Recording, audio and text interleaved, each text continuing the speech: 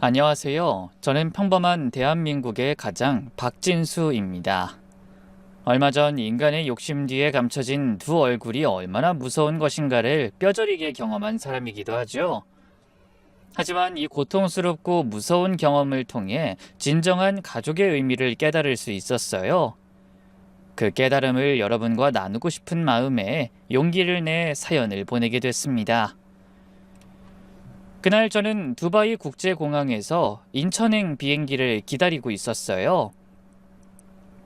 원래 계획대로라면 한 달 후에나 귀국할 예정이었지만 본사에서 갑작스럽게 귀국 명령이 떨어졌네요.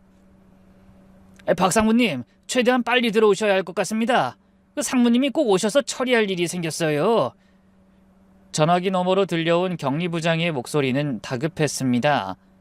그맘때 저는 아버지가 운영하시는 건설회사에서 형과 함께 일하고 있었어요. 그러다 중요한 업무를 위해 해외에 장기 출장을 가게 됐죠. 6개월. 제가 가족과 떨어져 지낸 시간이에요. 중동 지역 대형 건설 프로젝트를 따내기 위해 현지에서 동분서주했던 기간이죠. 처음에는 거의 매일 영상통화로 아내와 아들의 얼굴을 봤지만 직접 만나지 못하는 아쉬움은 어쩔 수 없었습니다. 특히 중학교 2학년인 아들이 안타까운 얼굴로 이런 말을 할 땐 가슴까지 먹먹했네요. 아빠 언제 와요? 6개월만 있으면 꼭 오는 거죠. 저 축구 정말 많이 늘었어요. 아빠한테 빨리 보여주고 싶은데. 외아들 민수는 다른 집 아들과는 다르게 딸처럼 살갑게 말도 잘하고 저와 친구처럼 지내는 아이였어요. 그래서 그리움이 더욱 컸죠. 하지만 바쁘게 일하다 보니 점점 자주 연락하는 게 힘들어지다 귀국하기 전 몇 달간은 제대로 아이의 목소리조차 듣지 못했네요. 그러니 더더욱 가족에게 돌아간다는 생각에 가슴이 뛰고 마음이 들떴습니다. 비행기 안에서 저는 가족들에게 줄 선물을 다시 한번 확인했어요. 아내에게는 두바이에서 유명한 향수를, 아들에게는 좋아하는 축구선수의 한정판 유니폼을 준비했죠. 깜짝 선물이 되길 바라며 일부러 귀국 소식을 알리지 않았네요. 그렇게 긴 비행 끝에 드디어 그리운 사람들이 살고 있는 한국 땅을 밟게 됐죠. 공항에서 집까지 가는 택시 안에서도 저는 설레는 마음을 감출 수 없었어요. 창밖으로 스쳐 지나가는 서울의 풍경이 유난히 반가웠죠. 아들이 얼마나 컸을지, 아내는 저를 반가워할지 이런저런 생각을 하다 보니 어느새 집 앞에 도착했습니다. 잠시 숨을 고르고 초인종을 눌렀어요. 누구세요? 인터폰에서 들려온 것은 아들의 목소리였습니다. 확실히 6개월 전보다 목소리가 굵어진 것 같더군요. 민수야, 아빠야. 저는 인터폰을 향해 손을 흔들며 환하게 웃었습니다. 곧 아들이 뛰어나와 절 반갑게 맞아줄 거로 생각했죠. 그런데 문이 열리고 아들이 나타났지만 제가 기대했던 반응은 아니었습니다. 아들은 문틈으로 저를 힐끗 쳐다보더니 차가운 목소리로 말했네요. 아저씨 누구세요? 엄마 지금 집에 없어요. 저는 순간 농담인가 싶어 웃으며 다시 말했습니다. 민수야, 무슨 소리야? 아빠잖아. 아빠 왔어. 하지만 아들의 표정은 전혀 장난스럽지 않았어요. 오히려 경계하는 듯한 눈빛으로 절 바라보며 한 발짝 뒤로 물러서기까지 했네요. 우리 아빠는 해외에 계세요. 이상한 소리 하지 마시고 가세요. 그러고는 제가 뭐라 말하기도 전에 쾅 하고 문을 닫아버렸습니다. 저는 닫힌 문 앞에 멍하니 서 있을 수밖에 없었어요. 이게 무슨 일이지? 민수가 왜 나를 못 알아보는 거야? 다시 초인종을 눌렀지만 아들은 나오지 않았습니다. 할 수 없이 주머니에서 열쇠를 꺼내 문을 열었죠. 그리고 짐가방을 들고 거실로 들어서자 아들이 놀란 표정으로 절 쳐다보더니 소리쳤어요. 아저씨, 왜 남의 집에 함부로 들어오고 그래요? 경찰에 신고할 거예요? 아들은 정말로 휴대폰을 꺼내 112를 누르려고 했습니다. 저는 황급히 그런 아들의 손을 잡으며 말했죠. 민수야, 아빠야, 너 왜 그래? 하지만 아들은 제 손을 뿌리치며 뒷걸음질 쳤습니다. 그때 현관문이 열리며 아내가 들어왔죠. 장을 보고 온 듯 양손 가득 장바구니를 들고 있었어요. 그러더니 절 보고 놀라 소리쳤네요. 여보? 아내는 절 보자 장바구니를 떨어뜨렸어요. 깜짝 놀란 표정이었지만 이내 어색한 미소를 지으며 다가왔습니다. 벌써 왔어요? 연락도 없이. 원래 다음 달에 오는 거 아니었어요? 뭔가 어색한 분위기였죠. 아내는 평소와 달리 제게 다가와 안기지도 않았고 아들을 흘끔거리며 뭔가 불안해하기만 하더군요. 엄마, 이 아저씨 누구예요? 우리 집에 그냥 들어왔어요. 아들의 말에 아내가 황급히 대답했습니다. 민수야, 아빠잖아. 아빠요? 우리 아빠는 두바이에 계신다고 했잖아요. 아내는 아들을 달래듯 말했습니다. 민수야, 그만하고 이제 방에 들어가서 숙제해. 엄마는 아빠랑 얘기 좀 할게. 하지만 아들은 여전히 저를 의심스러운 눈빛으로 바라보다가 마지못해 자기 방으로 들어갔습니다. 방문을 닫는 순간까지도 저를 경계하는 눈빛은 변하지 않았죠. 거실에 저와 둘만 남게 되자 아내가 조심스럽게 입을 열었습니다. 많이 피곤하죠? 씻고 쉬어요. 저녁은 먹었어요? 평소에 아내라면 제가 돌아오자마자 눈물을 글썽이며 안겼을 텐데 그날은 왠지 거리를 두는 것 같았네요. 여보, 민수가 왜 저래? 고작 6개월 만에 왔는데 날 못 알아보다니. 그런 제 말에 아내는 한숨을 쉬며 소파에 앉았습니다. 사실 민수가 요즘 사춘기 반항이 심해요. 당신 없는 동안 많이 변했거든요. 학교에서도 말썽 부리고 내 말도 안 듣고. 근데 아마 당신이 급하게 출장 가느라 집을 비운 게 서운했나 봐요. 화가 나서 저러는 거니까 그냥 기다려줘요. 하지만 저는 아내의 설명으로도 납득되지 않았습니다. 아무리 사춘기라고 해도 오랜만에 본 아버지를 남처럼 대하다니 살갑던 제 아들이 아닌 것 같아 이상한 생각이 들었죠. 게다가 아내의 태도도 평소와는 너무 달랐습니다. 그래도 너무 심하잖아. 아무리 사춘기라도 아빠를 아저씨라고 부르는 게 정상이야? 아내는 제 말에 대답하지 못하고 한숨만 쉬었습니다. 요즘 애들은 우리 때랑 달라서 더 심한 애들도 많아요. 신경 쓰지 말고 기다리면 예전처럼 돌아올 거예요. 그날 밤 저는 침대에 누워서도 잠이 오지 않았습니다. 아들의 차가운 눈빛이 자꾸만 떠올랐죠. 정말 단순히 사춘기 때문일까? 아니면 내가 없는 동안 무슨 일이 있었던 걸까? 그러다 새벽 3시가 넘어서야 겨우 잠이 들었지만 불안한 마음은 가시지 않았습니다. 6개월 만에 돌아온 집이 왜 이렇게 낯설게 느껴지는지, 사랑하는 가족들이 왜 저를 이방인처럼 대하는지 도무지 이해할 수 없었습니다. 다음 날 아침, 저는 일찍 일어나 주방으로 갔어요. 아내는 이미 아침 준비를 하고 있었습니다. 일찍 일어났네요. 시차 적응은 잘 됐어요? 역시나 뭔가 어색한 분위기였습니다. 여보, 나한테 왜 이렇게 서먹하게 굴어? 혹시 내가 뭐 잘못했어? 하지만 아내는 프라이팬에 달걀을 뒤집으며 말했습니다. 아니에요. 그런 게 어딨어요. 그냥 오랜만이라 그런 거죠. 민수 깨우러 갈게요. 아내가 아들 방으로 가는 것을 보며 저는 깊은 한숨을 내쉬었습니다. 제가 생각한 귀국 후 가족들의 반응은 그런 게 아니었는데 맥이 빠지는 기분이었죠. 그러면서 한편으로는 제가 없는 사이에 가족들에게 무슨 일이 있었던 게 아닐까 의심이 들기도 했습니다. 늘 웃음으로 가득 찼던 아침 식탁에서도 아들이 절 외면했거든요. 밥을 먹는 내내 고개를 숙이고 있더니 제가 말을 걸어도 대답하지 않았습니다. 민수야, 아빠가 선물 가져왔는데 보고 싶지 않아? 네가 좋아하는 메시 유니폼이야. 두바이에서 어렵게 구했어. 하지만 민수는 잠깐 고개를 들어 절 봤다가 다시 고개를 숙였습니다. 됐어요. 저 축구 안 좋아해요.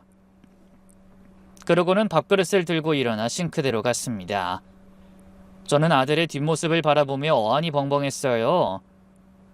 축구라면 자다가도 벌떡 일어나던 아들의 반응이 너무 뜻밖이었기 때문이죠.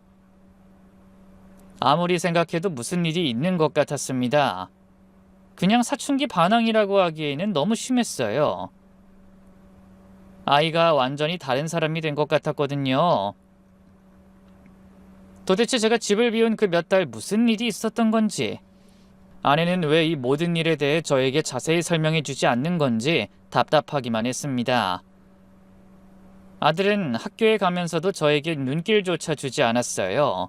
그래서 제가 답답한 마음에 물으면 아내는 답을 피하면서 상황을 모면하려고만 했습니다. 그러니 대화는 계속 겉돌 수밖에 없었죠. 그렇다고 오랜만에 만난 가족들에게 강압적으로 나가거나 화를 낼 수도 없어 답답하기만 했죠. 마치 제가 초대받지 않은 손님 같아 마음만 불편했습니다. 그 상태로 회사에 출근했지만 집중이 되지 않았어요. 동료들은 절 반갑게 맞아줬지만 정작 제 마음은 온통 집과 가족에게 가 있었죠. 그때 회사에서 함께 일하는 형이 점심을 먹자고 부르더군요. 야, 진수야, 두바이는 어땠어? 프로젝트는 잘 진행되고 있지? 그나마 형은 저를 예전처럼 대해주시는 것 같았어요.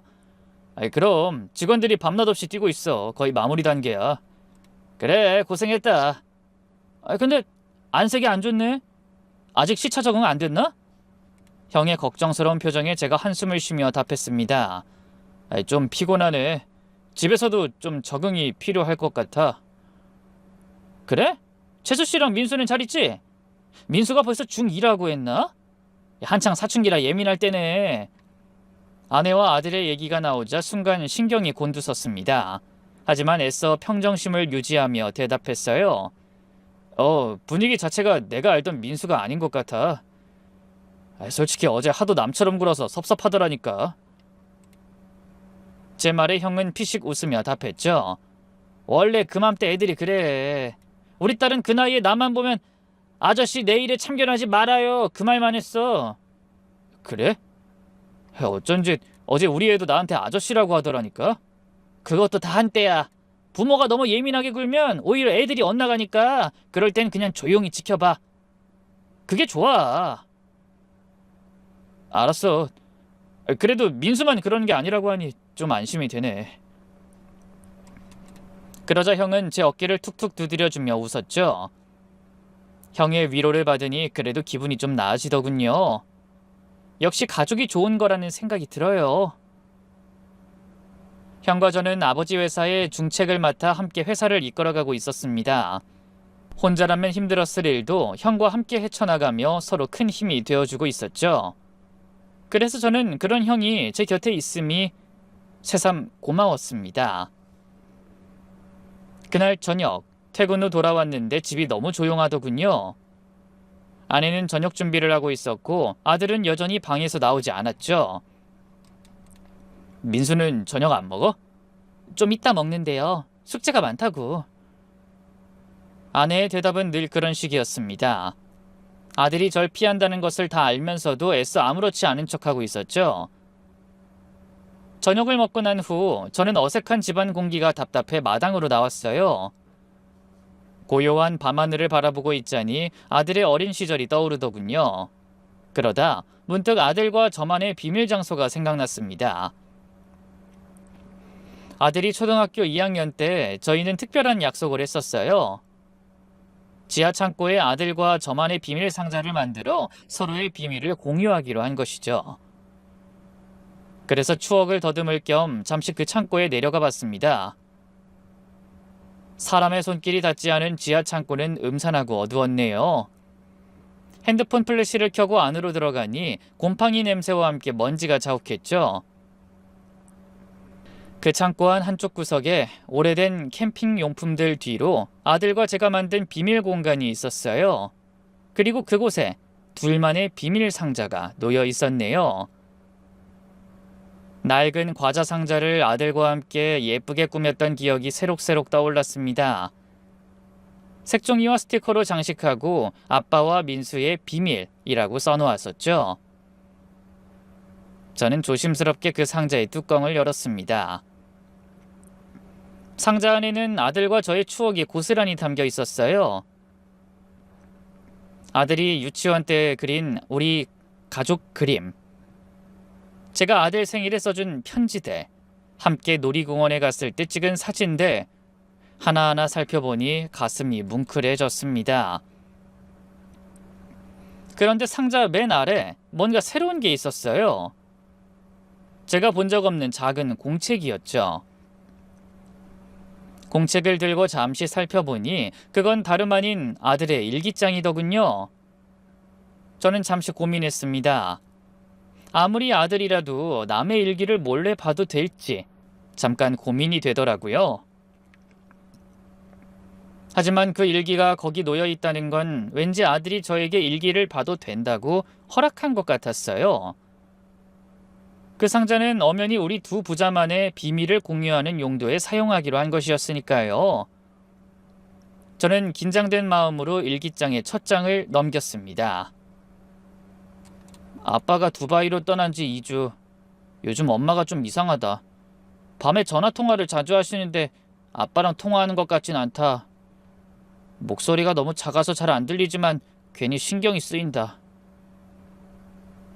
오늘 이상한 일이 있었다. 학교 끝나고 집에 왔는데 현관에 남자 구두가 있었다. 처음엔 아빠인 줄 알고 좋아했는데 아빠 구두가 아니었다. 순간 심장이 쿵 내려앉았습니다. 저도 없는 집에 남자 구두가 있었다는 게 아무리 생각해도 이상했어요. 하지만 마음을 가다듬고 다시 일기장으로 눈을 옮겼습니다. 엄마가 요즘 무척 바쁘신 것 같다. 외출이 잦아졌는데 매일 친구를 만난다고 하신다. 아빠가 없으니까 외로우신 건가? 아빠가 해외 출장 간 뒤로 큰아버지가 자주 찾아오신다. 머리가 아파 학원을 빠지고 집에 왔더니 엄마가 깜짝 놀랐다. 큰아버지가 뭐라고 하셨는지 엄마의 얼굴이 새빨갛게 달아올라 있었다. 두 사람이 뭔가를 숨기는 것 같다. 그때부터 이상한 느낌이 들면서 손이 떨리기 시작했습니다. 그리고 다음 페이지를 본 후 두근거리는 심장을 진정시키며 입술을 깨물어야 했죠. 큰아버지가 늦은 밤에 왔다. 엄만 나보고 방에 들어가 있으라고 했다. 난 방에 들어가는 척했다가 살짝 문을 열고 두 사람을 지켜봤다. 그랬더니 큰아버지가 엄마 손을 잡았다. 엄만 뿌리쳤지만 두 사람 사이에 뭔가 있는 것 같다. 집에 와보니 엄마가 울고 계셨다. 엄마가 왜 그러는지 몰라 불안하다. 이제 확실해졌다. 엄마와 큰아버지 사이에 뭔가 있다. 오늘은 큰아버지가 엄마한테 아빠는 잊으라고 하는 말을 듣고 말았다. 용서할 수가 없다. 두 사람이 아빠를 배신했다는 증거를 모으기로 결심했다. 아빠가 너무 불쌍하다. 그게 일기장의 마지막 페이지였습니다. 저는 일기장을 덮었지만 아무것도 할 수가 없어 그저 멍하니 앉아 있었어요. 아내와 형이 바람을 피우고 있다고 확신하는 아들의 일기. 전 그럴 리가 없다고 생각하면서도 괴로움이 밀려와 머리를 쥐어뜯어야 했습니다. 그때 머릿속으로 절 어색하게 바라보던 아내의 눈빛과 아무렇지도 않게 아내의 안부를 묻던 형의 얼굴이 떠올랐어요. 저렇게 매일같이 몰래 만나고 있었으면서 마치 한참 못 보고 지낸 사람처럼 시침이 떼고 아내의 안부를 물었던 겁니다. 그 생각을 하자 미친 듯이 화가 치밀어 올라 자리에서 벌떡 일어났어요. 사실 제가 그렇게 감정을 억누르지 못한 건 다 그만한 이유가 있었기 때문이에요. 원래 형은 결혼 전에 제 아내에게 마음이 있었어요. 아내가 형의 비서로 일하다 저와 연애하게 됐거든요. 하지만 장남인 형에게는 아버지가 정해둔 혼처가 따로 있었고 아내는 이미 저와 3년이 넘게 비밀 연애 중이었죠. 그래서 저와 아내의 사이를 알게 된 형이 혼자만의 감정을 조용히 정리하고 아버지가 정해준 여자와 먼저 결혼한 겁니다.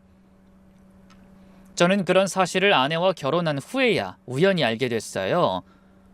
물론 아내는 꿈에도 그런 사실을 모르고 있었고요. 솔직히 저도 형이 제 아내를 좋아했다는 걸 알았을 때 기분이 썩 유쾌하진 않았습니다.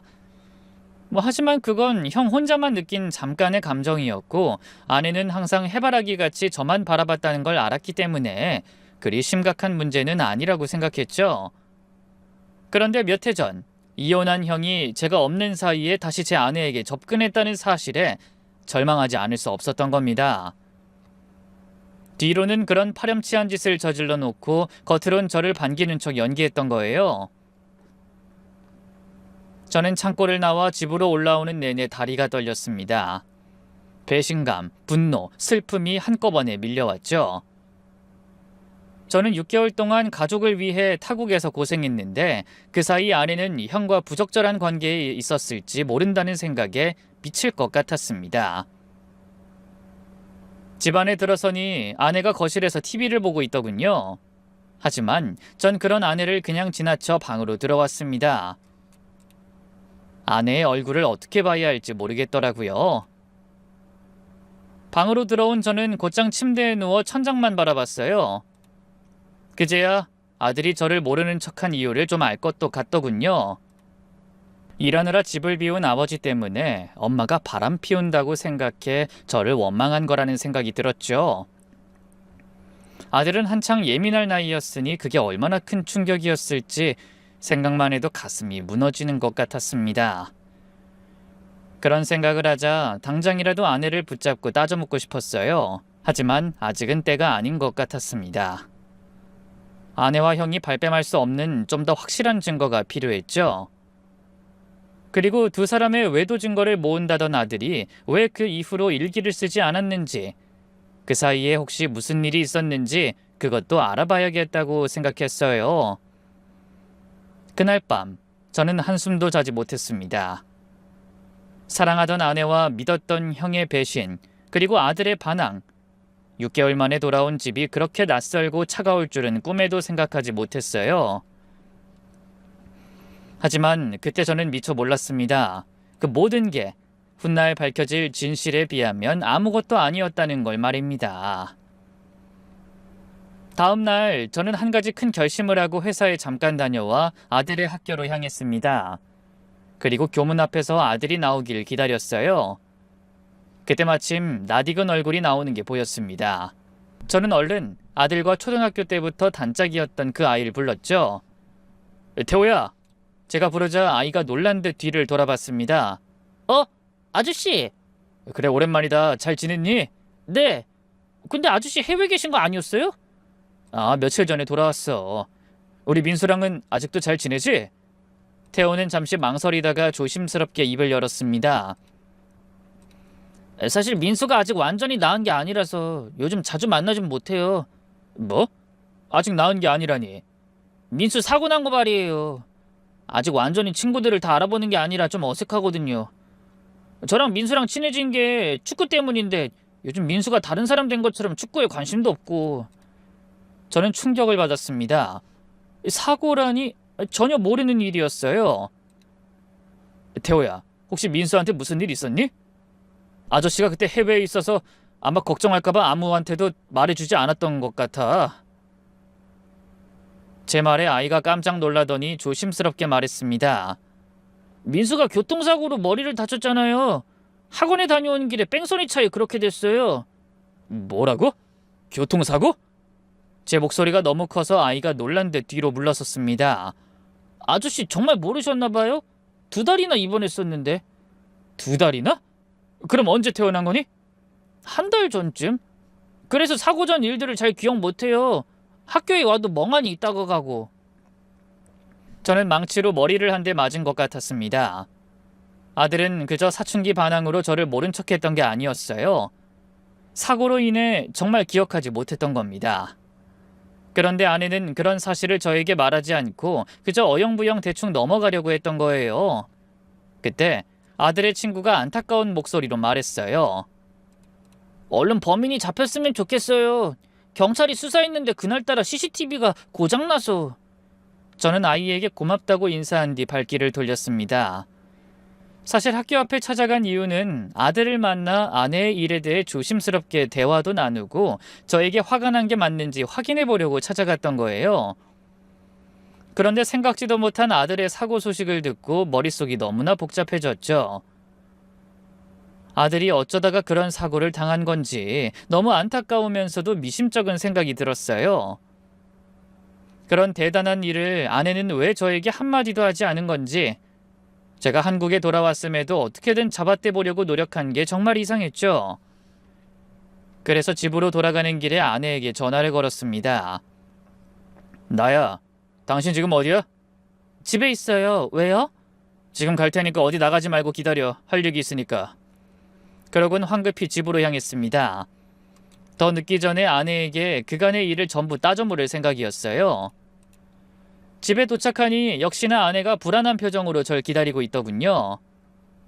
아내도 뭔가 이상한 느낌을 받은 것 같았네요. 제가 현관문을 열자마자 아내가 다급하게 물었거든요. 왜요? 무슨 일 있었어요? 저는 아내에게 다가가 단도직입적으로 물었습니다. 민수가 교통사고 당했다면서? 왜 나한테 말 안 했어? 순간 아내의 얼굴이 급격하게 창백해졌습니다. 그걸 당신이 어떻게... 왜? 내가 끝까지 모를 줄 알았어? 그럼 이건 어때? 나 없는 동안 이 집에 형은 왜 드나들었어? 제가 거듭 놀라운 말을 하자 아내는 말문이 막힌 듯 아무 말도 하지 못하고 고개를 숙였습니다. 도대체 당신 왜 그런 중요한 일을 숨긴 거야? 내가 없는 그 몇 달 동안 대체 무슨 일이 있었던 거냐고? 여보, 흥분하지 말고. 내가 지금 흥분 안 하게 됐어? 민수가 다쳐서 날 기억하지도 못해. 근데 당신은 그저 사춘기 반항쯤으로 얼버무리고 거기다 나도 없는 집에 왜 형이 드나든 거야?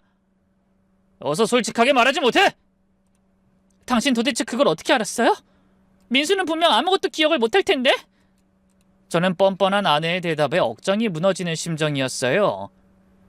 아내는 아들이 머리를 다쳐 아무것도 기억하지 못하니 저에게 그 엄청난 일들을 다 비밀로 할 생각이었던 것 같더군요. 아무도 모르게 완전 범죄로 넘어가려고 했어? 당신이 말하지 않는다고 다 끝나는 게 아니야. 지하실에 감춰둔 민수 일기장 봤어. 민수랑 나만 아는 비밀 장소에 숨겨놨더군. 그건 민수가 언젠간 내가 돌아와서 봐주길 바란 거라고. 당신 대체 우리 형이랑 무슨 사이야?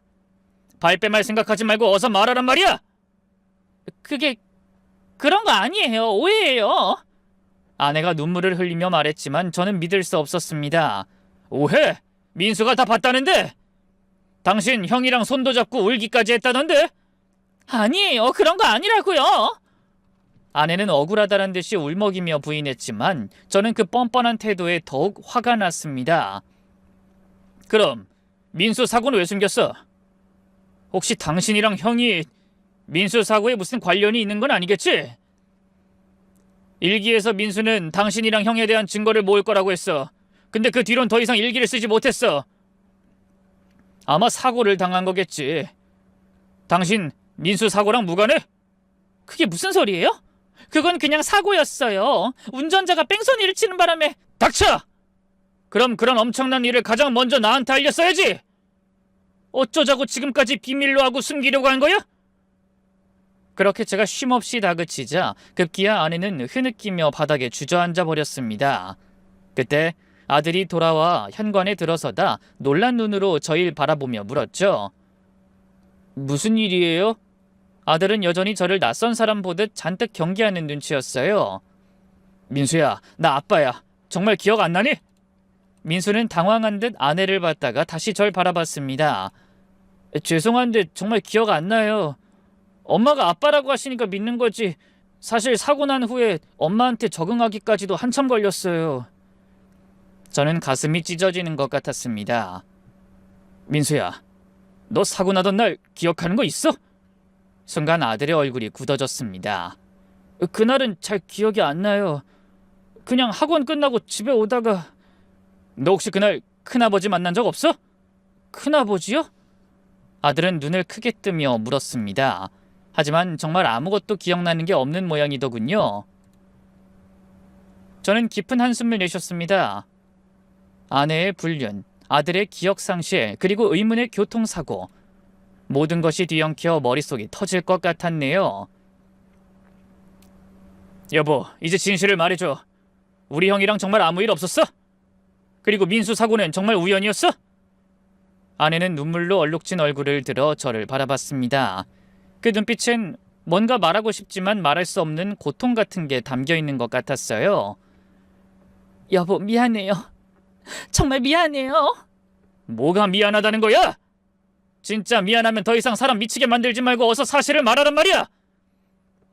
거듭되는 저의 다그침에 궁지에 몰린 아내는 결국 긴 한숨 끝에 무거운 표정으로 입을 열었습니다. 난 정말 당신을 걱정시키고 싶지 않았어요. 내 아들이 죽을 뻔했는데 그게 걱정시키고 싶지 않아서 숨길 일이야? 저는 화가 나서 목소리가 높아졌습니다. 사실은 아주버님이... 아내의 말에 저는 눈을 질끈 감았어요. 드디어 올 것이 왔다고 생각했죠. 형이 뭐 당신을 먼저 유혹했어?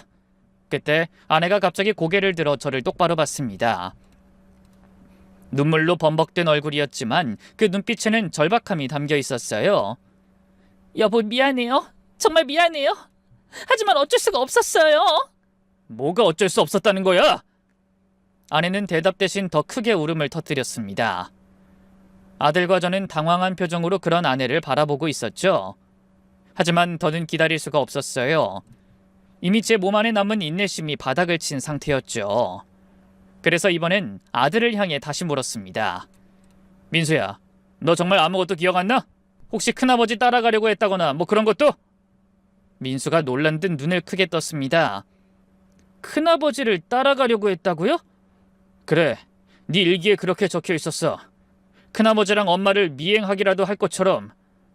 제 말에 아들이 이마를 짚으며 고통스러운 표정을 지었습니다. 머리가 아파요. 아무것도 생각이 안 나요. 그 모습을 본 아내가 급히 아들을 부축하며 말했어요. 민수야, 괜찮아? 무리하지 마. 의사 선생님이 억지로 기억하려고 하면 안 된다고 했잖아. 저는 한숨을 내쉬었습니다. 그대로는 아무것도 알아낼 수 없을 것 같아 초조했어요. 하지만 한 가지는 확실했습니다. 아내가 뭔가를 숨기고 있다는 것, 그리고 아들의 사고가 어쩌면 단순한 뺑소니 사고가 아닐 수 있다는 것. 그때 아내가 간절한 표정으로 말했어요. 여보, 제발 우리 둘이 따로 얘기해요. 민수는 쉬어야 해요. 좋아.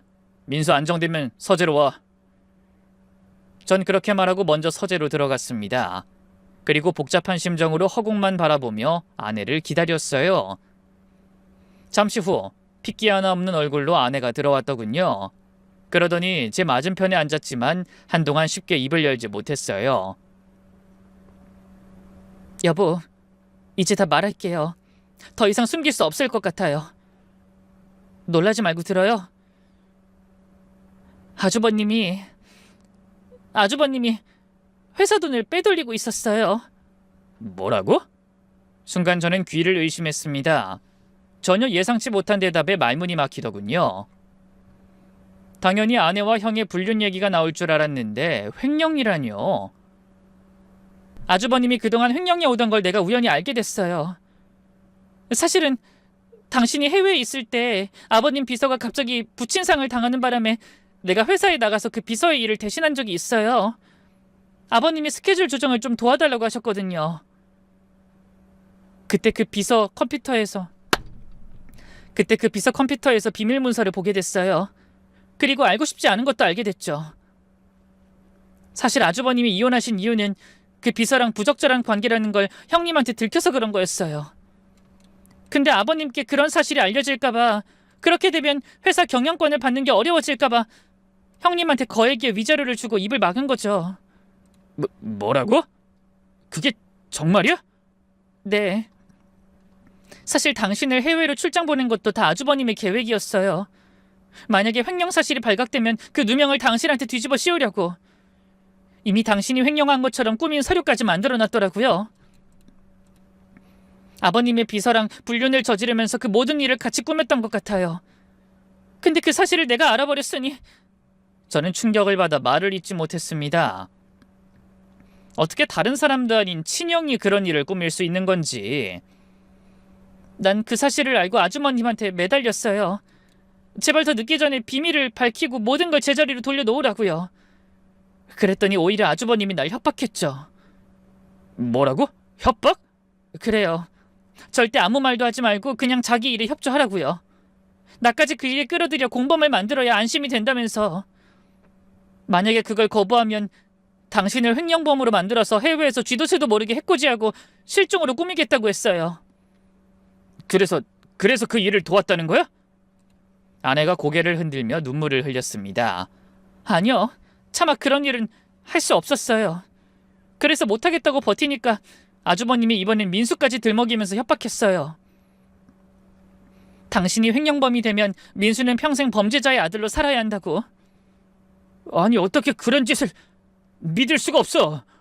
나도 마찬가지예요. 가족이라고 철석같이 믿었던 사람이 갑자기 등에 칼을 꽂는 기분이었어요. 그래서 당신이랑 민수는 제발 모르길 바랬어요. 내가 어떻게든 모든 걸 바로잡고 싶었는데 근데 민수가 눈치를 챈 거예요. 아주버님이 너무 자주 오시고 저와 뭔가 비밀스럽게 얘기하는 걸 보고 오해를 한 거죠. 엄마가 아빠를 배신하고 큰아버지와... 아내는 말을 잇지 못했습니다.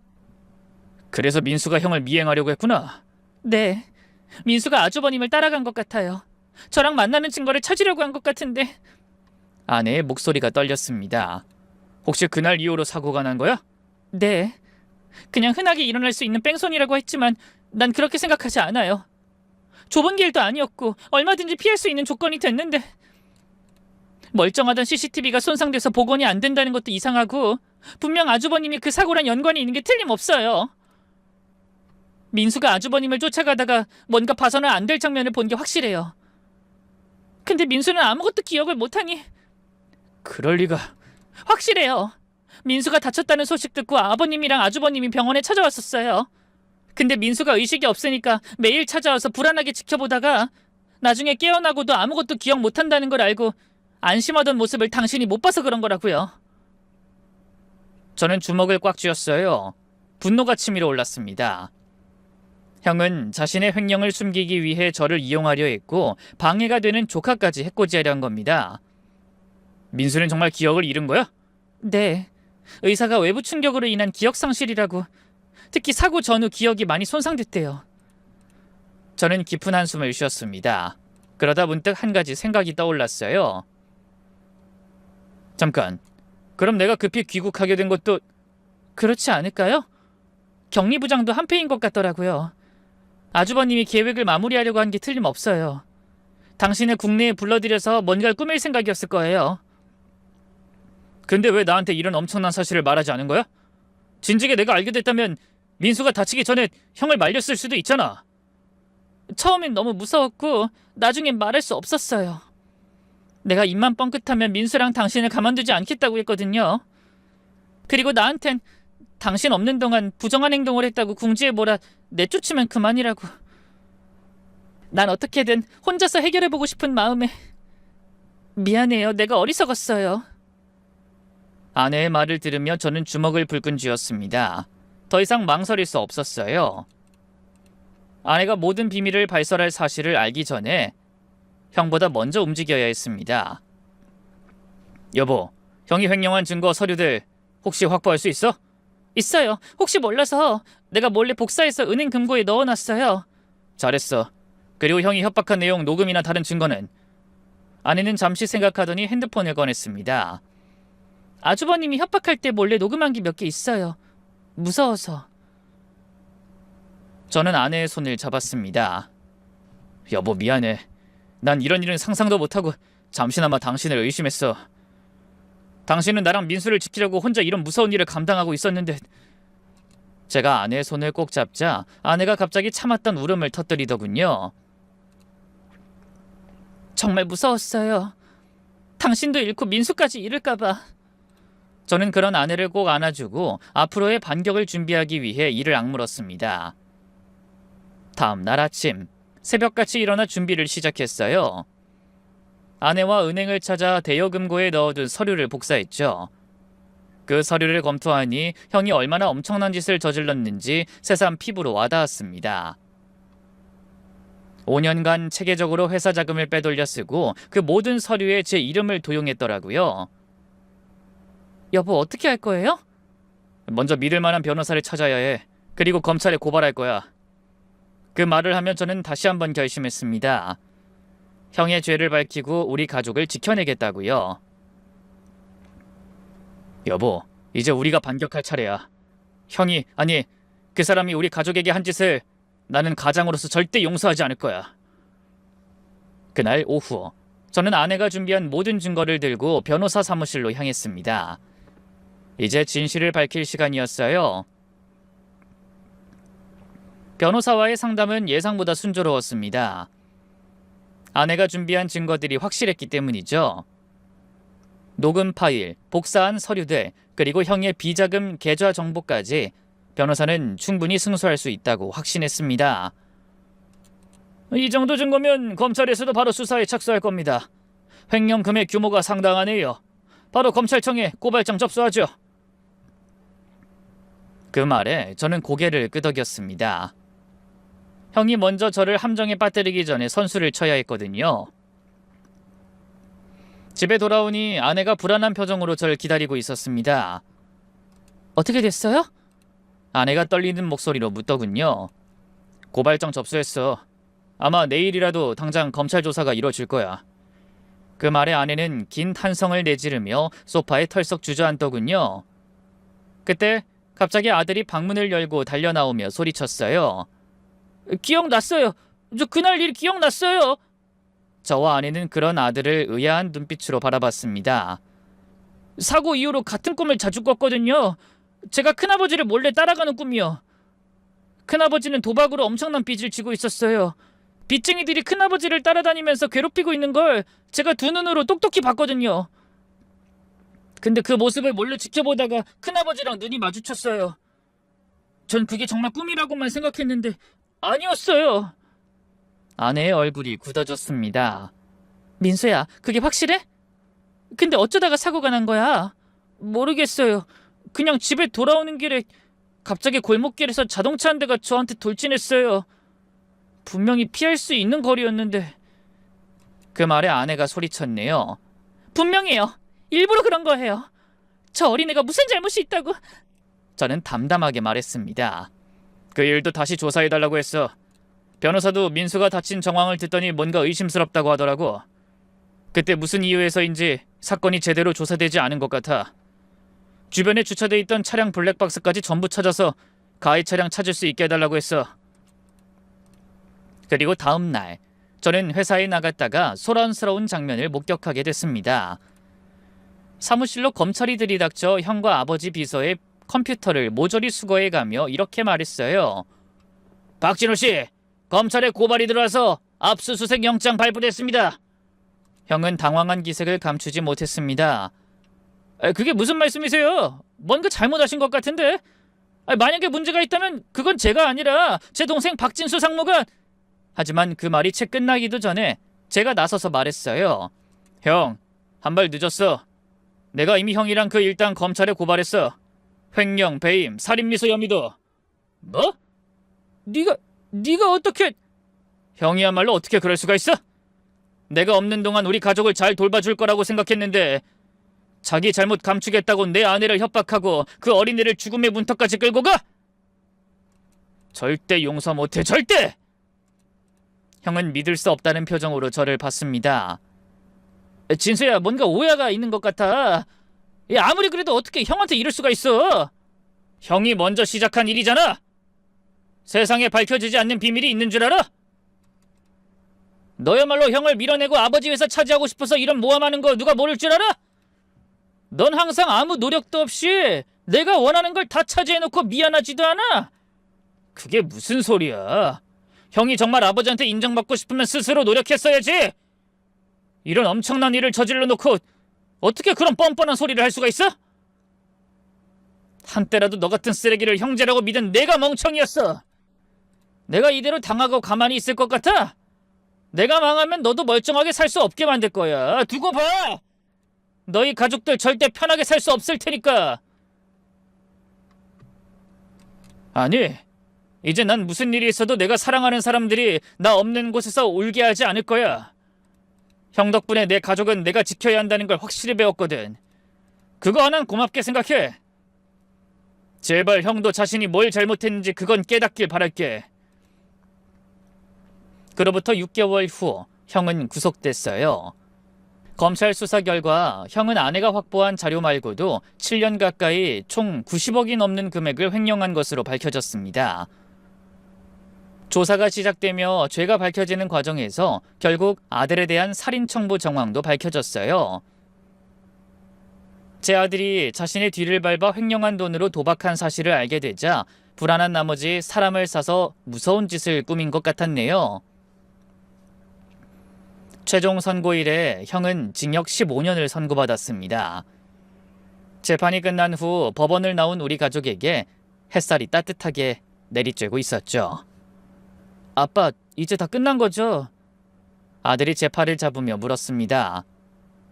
사고 이후 조금씩 기억을 되찾던 아들은 기억도 거의 회복하고 몸도 많이 건강해졌죠. 그래, 다 끝났어. 제가 웃으며 대답하자 아들이 안도의 한숨을 쉬었습니다. 그때 아내가 제 다른 팔을 잡으며 말했어요. 여보, 고생했어요. 그리고 미안해요. 처음부터 다 털어놓고 상의했어야 했는데. 아니야. 당신이 우리 가족을 지키려고 얼마나 고생했는지 알아. 오히려 내가 미안해. 형을 너무 믿은 나 때문에 당신이 이런 일을 당한 것 같아서. 그날 저녁 오랜만에 외식을 했습니다. 아들이 좋아하는 삼겹살집에서 배부르게 먹고 노래방에도 갔네요. 그리고 아들이 부르는 노래를 들으며 저는 생각했습니다.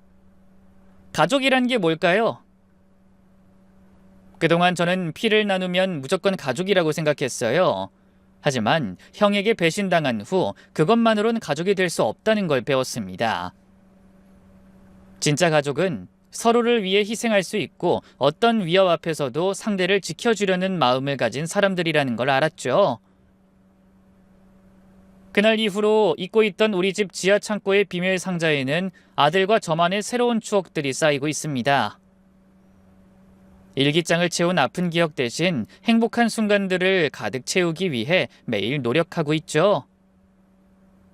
비록 다시는 겪고 싶지 않은 끔찍한 경험이지만 그 경험을 통해 저희는 서로가 서로에게 얼마나 소중한 존재인가를 새삼 뼈저리게 깨닫게 됐습니다. 때로는 위기가 오히려 가족을 더 단단하게 만들어주는 것 같네요. 부디 여러분도 묵묵히 곁을 지켜주는 가족들의 소중함을 깨닫는 하루 보내시길 바라며 저는 인사드리겠습니다. 감사합니다.